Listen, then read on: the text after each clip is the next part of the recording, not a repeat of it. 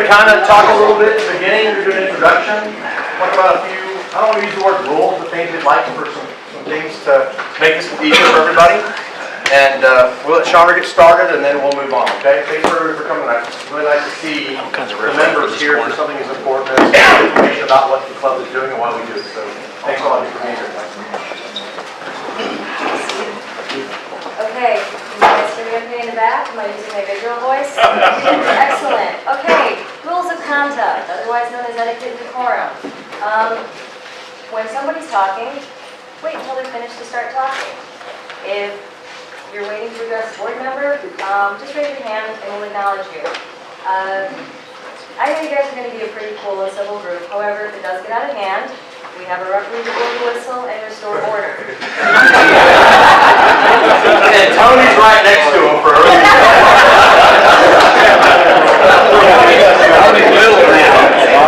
So, before we get into some of the meat of this, I wanted to bring up a couple of things. Because you guys have given us some feedback, and we wanted to let you know that we've addressed some of the issues that you brought up. First of all, a lot of you have said communication is kind of a big thing. You would like us to have some more transparency, let you know a little bit more about what's going on in the club and things like that. As you know, most of the people sitting behind me have been involved in a delicate situation for the better part of 2 years. So we are kind of limited as to what we can say and when we can say it, and a lot of it has to be done by our council. That being said, we are working on getting information to you guys about the health of the club and how everything's doing. If you will remember, in January, McMahon posted a 2015 financial overview. It was on the board. Hopefully some of you saw that. We are working on something similar to be able to start doing quarterly reports. That is something that's in the works. We're addressing some things in our bylaws to get that taken care of. Now, the second thing, bringing back the suggestion box. There's going to be one in registration. There's going to be one in tech. If any of you guys have something, a compliment, an issue, whatever, and you don't feel like posting it on the board or writing an email and you just hear on race day, drop it in the box. I'll be emptying the boxes every Sunday night and then sending all the information with your suggestions to the board staff so we can address your issues.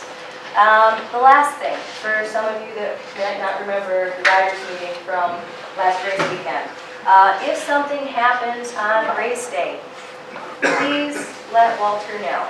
Walter handles all the race stuff. We want to ensure that you get the best race product we can produce. If you have an issue, please come see Walter. If Walter is not available, Ryan is our assistant race director. He's another one that you can talk to about it. If you're scared to death of both of these guys, there he is. Walter has appointed Danny as your official rider rep in the event that him or Ryan aren't available. So there's three people you can talk to get your issues addressed. Please don't wait until Monday and debate it on the forums because we can't help you then. So those are your three guys, and that brings me to a couple of misconceptions that we need to clear up. The first misconception being is that if you guys say something that you think is counter to what the board or the staff might think is correct or is just not how we think or believe, that there's going to be some kind of reprisal, or you're going to get blackballed, or you're going to get blacklisted, or somebody's going to yell at you. That's BS. I don't know where that rumor got started. I know it's been floating around, but there is no reprisals. And I want to make that clear because it's kind of important. I have 2 examples of this. Jesse Davis and Dennis King. They've been picked up on PBS a couple of times. Sorry, JD, had that. These gentlemen speak their mind. Still want to be in the sentence and their within free the speech isn't necessary.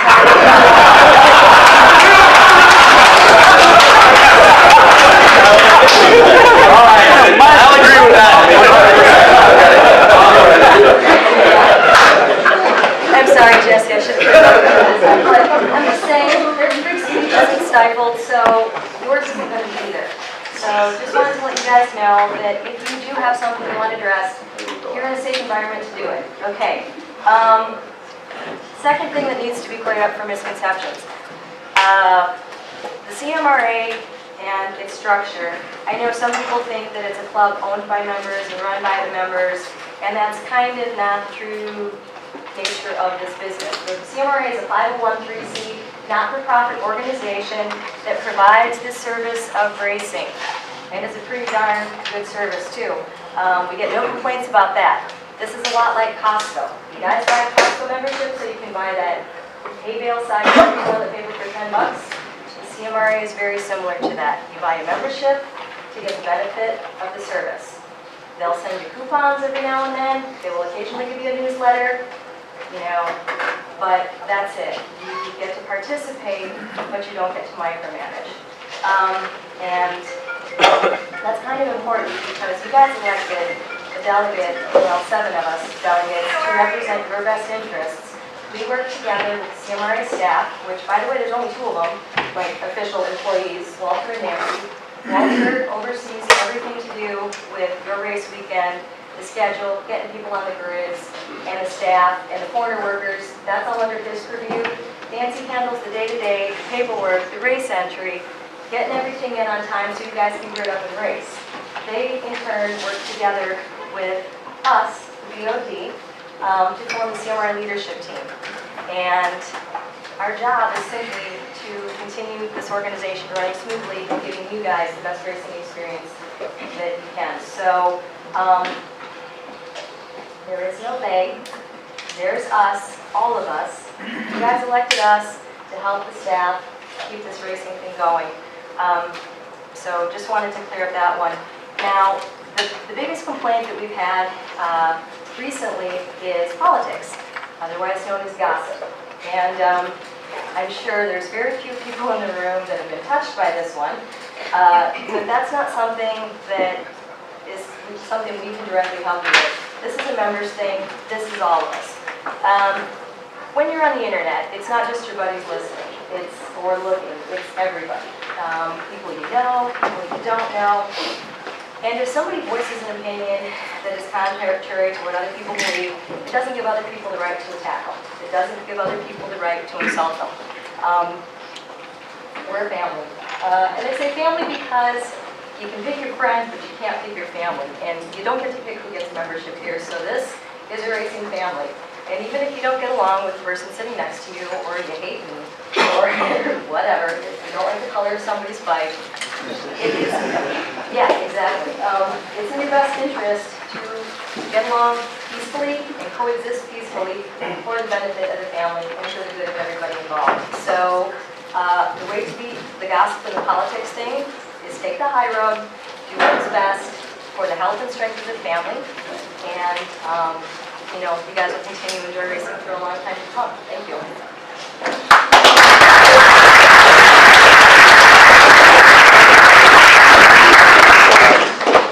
So, as the president of the club, I have kind of the same responsibility, maybe a little bit more than what some of the other people on the board have. They elected me to be the voice of the club, right? So, basically, you voted us in to be your board of directors members, okay? And the board of directors elected me to be the president of the club. So, in essence, nobody else wanted the job. And I'll tell you right now, this is the worst unpaid job I've ever had. Okay? So, with all seriousness, there's a lot of stuff going on in social media and communication, right? There's, I've had a couple people come up to me today and apologize for things they said in the message board because they kind of reflected on it after a while. I think the human element that comes with this, it's okay, it's not okay, but sometimes people act a certain way when they're at home and they had a bad day and they get on the internet, but then when they see you in person, they feel guilty because they stepped way out of line. And I put my pants on more like time like everybody else does, right? So I understand that. So at the end of the day, we're trying to make the club the best that we can make it. But there's a lot of things that have changed that are not letting us maybe give you the experience that you think you need from a communications piece. And what I'm about ready to read you is something that has been prepared by our attorneys with respect to the lawsuit. And I've never lived my life where I had to have a legal filter basically dictate everything I said and did with regards to my job. And I have a job and a duty. I have a fiduciary responsibility to the corporation, to the members as the president of this club. That's what legally I'm obliged to do when I accept this position. And I don't take that lightly, okay? So I just want you guys to know that, guys and gals. So this is from our attorneys when it comes to what would you speak to about the lawsuit. And some of you need to understand that this might not be what I'd always like to say, but it's what I'm allowed to say. As some of you know, that we're trying to provide an update to the lawsuit case brought by the plaintiff, as we'll call it, Mr. Inge, right? Keep in mind that we're limited in what we can say about ongoing litigation. It's been a difficult, frustrating experience for all of us, and it absolutely has. We ask for your understanding as we patiently try to defend all the claims against Mr. Inge. Okay? First and foremost, this was filed in December of 2014, okay? And originally the lawsuit was filed against the CMRA and some of the directors and then Nancy. Since then, Mr. Inge has amended his lawsuit 4 times. So when it comes time to where we started, where we are now, 4 different times this has been changed, okay? And you can call it legal maneuver, you can call it whatever you want, but it's a fact of the matter. Each time, new defendants, more requests for discovery, which is a nice legal term for we want more information and documents, they've piled on, including Walter Walker and Tom Anderson. Okay?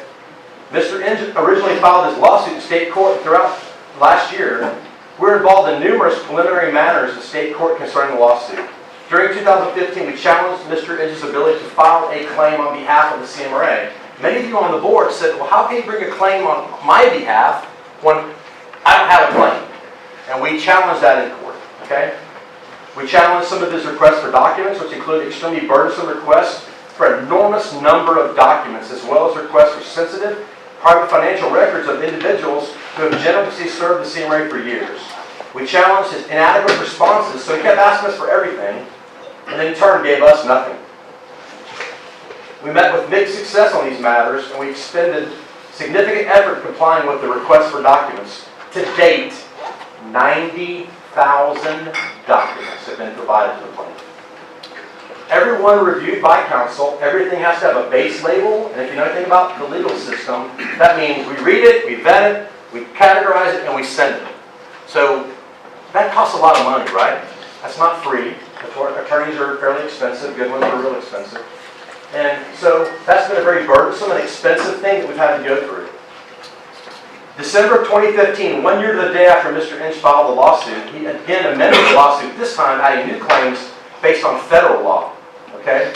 RICO, Racketeering Influence Corruption Act. Okay? So basically he filed a federal claim, and because he added federal claims to the suit, we felt like it would be better to move to federal court, which tends to have stricter rules than state court.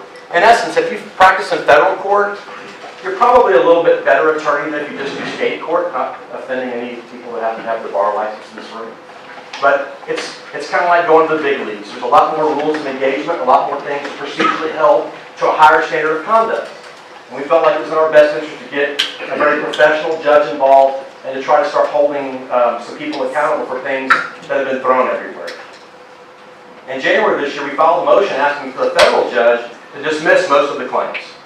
They've been unfounded, they've been unproven to this point. The court has not decided any of these motions yet, and unfortunately in federal court, whenever the magistrate decides to open his book that day and really review what you have, there's no timeline. And yes, that's absolutely frustrating. We're sitting up here wondering, what's next? It's on his desk.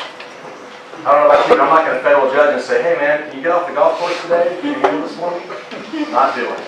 Okay? So basically, we also asked Mr. Inge to clarify his claims under federal law. The judge granted that motion. Mr. Inge has also filed a couple of motions in federal court, but yet have all been undecided. What are we doing? Waiting. Waiting and waiting. At the end of February, there's not been much visibility or activity in this lawsuit because the motions are still pending. We're waiting for decisions on how that's going to work. So we're waiting to hear what we have done, and we're waiting to hear what he has done. And to date, none of that's taken place. None of it's been decided yet. In federal court, the judge ordered that all parties participate in a court-supervised settlement conference, which is scheduled for May 23rd of this year. So May 23rd, all the defendants and our attorneys and the insurance company are going to go to a federal magistrate and talk about what's really the meat and potatoes of this particular situation. Okay? The lawsuit's been going on for more than a year, and we've not been in a position to provide a public response to all of Mr. Inge's accusations. We filed many documents in which we explain some of the ways in which his accusations are unfounded, and for those who are interested, These documents are available through the United States District Court for the Northern District of Texas, the Dallas Division. If there's sufficient interest, I don't have a problem putting those on the private forum for you guys. But, you know, you're going to read what he has to say, and you're going to read what we have to say. And basically, that's not necessarily the truth. It is on our side from what I believe. But again, he's out there making accusations, and that's what a lawsuit's all about. I'm claiming to do something, and I have yet to prove it. Okay? As the lawsuit progresses, we expect to present our side of the story more fully. We expect that we'll be ultimately exonerated. Period. End of story there. However, we're still in the middle of a lawsuit. We cannot comment anything more than what we're saying in this piece of paper. And I promise you, your outlook on life and how plaintiff lawyers work and how the lawsuits work in our court and country will totally change your way of thinking when you're sitting over here. I promise you, from a personal level, this is, you know, it's a whole different world. We will not take questions about the lawsuit. We'd like to keep our focus on racing. What are we here to do? To provide a race organization. To give you guys the best place to race. To make sure that when I'm done and Nick's working, you know, doing whatever he's doing, that your kids and your kids' kids have a place to race motorcycles. That's why I got on the board to begin with. And when I first got in the club, there were some tough times here. This place is almost out of business. So whether for Brooks Gurmel writing a check, we wouldn't have been able to pay deposits back in the day. 2001, Lone Star Track Day started. We started bringing a bunch of people into the club. And I'm not asking for a medal for that. I'm not asking for your respect necessarily. But there's a lot of history that goes into what happened and where we are now that plays into a lot of what's been in here, right? Good old boys club. And we're going to talk about that here when we're done. But I can tell you that at the end of the day, the board, Nancy and Walter, would like to thank you for your support during a challenging time. We are not going to touch base on anything more than what's in this piece of paper. When the person that we pay to tell us what we can and can't do, I don't need claim number 6. I don't need to have more pile-on to do with this lawsuit right now. Would I like to tell you more? Absolutely, I'd like to tell you more. But when my legal counsel tells us, as the defendants in this lawsuit, that this is all we can say, that's all we're going to say. So, I'm sorry if you have more questions about that. I mean, I think you should understand why this is all we can say. And when it comes time to give you information, this is what our attorney said. We recommend this is what you say. So I want to make that very clear, okay? The next thing, some of you guys have been upset. There's been a lot of vocal things talked about the dismissal of Mr. Leard as the Chief Technical Inspector and as a employee of the CMRA. So, contractor of the CMRA. So let me tell you something. On a personal level, I reached out to Mr. Leard and left a voicemail message with him. It's not professional. To me, for us to sit there and go down a list of all the things that we talked to with Mr. Leard about why we needed him to do different things in his position with the CMRA and ultimately why he was terminated from his position is a private matter. I'm not here to out anybody. If I get fired from my job, I shouldn't want my boss to put in my newsletter of the public corporation I work for why they dismiss me. That's the last thing in the world that I don't want to see there. That should be between me and my boss and our HR department. You guys have real jobs, some of you, right? Most of you? You understand that? That's commonplace in business, right? When I got on the board, this wasn't a business. It's a business now. You know, okay, we sent an email. You know why? Because when you're being sued, I promise you want a written documentation of everything you say and do. I don't want to pick up the phone and go, well, let me tell you what Steve told me. No, that's not how we can't run the club like that anymore. And that's a damn shame. But I can tell you, that's not the way we want to run our club, but life has changed. It's kind of like baseball before steroids and after steroids. There's going to be a history of baseball prior to that and after that. And I'm not trying to be funny, but I'm trying to give an analogy that makes sense to everybody to understand tangibly about how this has affected what we do. And I promise you, you know, this is not an easy deal to be involved in, but I'm not quitting. I mean, if I had any sense, I'd resign last year. But why would I do that and abandon my teammates here and give up what I feel like that we're doing for you as a member? Look at our race product. Timing scoring. Lights in the corners. Look at all the technology we brought to the club. From what we do from a race standpoint, and this is where I'm going to kind of open the floor. What's wrong with the product we give you at the track? Last time I checked, I didn't join the CMRA to be it's not a political organization. It's not Democrat, Republican, Libertarian, or anything else. We're here to provide a race product. And I think we do a damn good job on that. Yeah. Race somewhere else. And I'm not telling you that I want to push you away to go, I don't want you to go eat a bad steak, you know what a good one tastes like? But I promise you, this is filet mignon, guys. I've been to the highest levels of domestic racing here in the United States. I've been to other clubs, and our staff and the folks that are up here do a damn good job of what we do. Are we going to make everything happy? Are we going to make everybody happy with every decision we make? Nope. And by God, I don't have the time to make all of you happy. We're on the board of directors, and our job is to support the goals of the membership, to make the club be fiscally healthy, to make good decisions that you elected us to do, and to help Walter and Nancy do their job. It's not to stand on the message board 10 times a day and look for who else posted something else that we need to reply to. I don't have time for that. I did not sign up for that. Absolutely did not, will not, and won't. Will not do it. And so, I'm just trying to tell you from the heart that we would love to be able to communicate more about certain things, but I am not having another amended lawsuit thrown at I don't want another subpoena at my front door. The last thing I'm looking for right now. Nor are my teammates up here, I can promise you that. So, your patient understanding that's important to us as a board, but we have your best interests in mind. And we're, the thing with Lynn's, I understand a lot of you guys are upset, but, there's a lot of reasons over time that we felt like that decision needed to be made.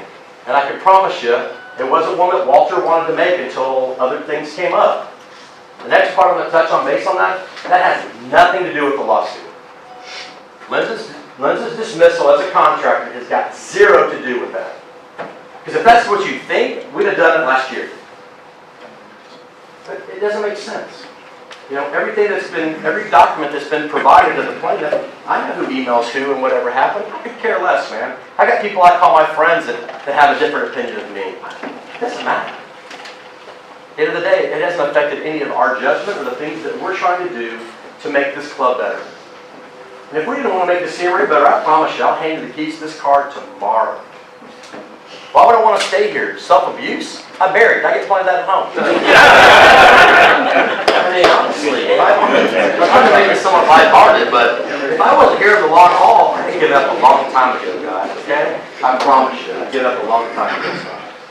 So we're going to open this now. This is for you to talk to us and for us to listen. First person raise their hand, Mr. Thomas. All I want to say is that I've sat in that chair on several times. Been there, I see a lot of people in the audience that have been on the board of directors. And I want to say, Keith, okay, what I want to say is there's nothing wrong with questioning the club. There's nothing wrong with that. What is wrong is attacking these people. I'm going to tell you what being on the board of directors means. It means giving up your Sundays. It's giving up your Saturdays. It's conference calls to go over spreadsheets. It's a lot of the things that you guys do in your jobs that we do. You know what we do it? What they do it for? They do it for nothing. They do it because they love the club. Again, there's nothing wrong with questioning. There's nothing wrong. We should question leadership.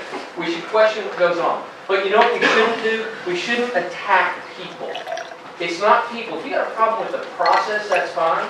But I'll tell you something. I've been to the Fort Worth office, the several Fort Worth offices we have, so many times on Saturday nights and on Sunday mornings where we said we're going to meet for 3 hours and we met for 9 hours. How many times did that happen? How many times did we have motorcycle shows when no offense, but we couldn't get anybody else to work?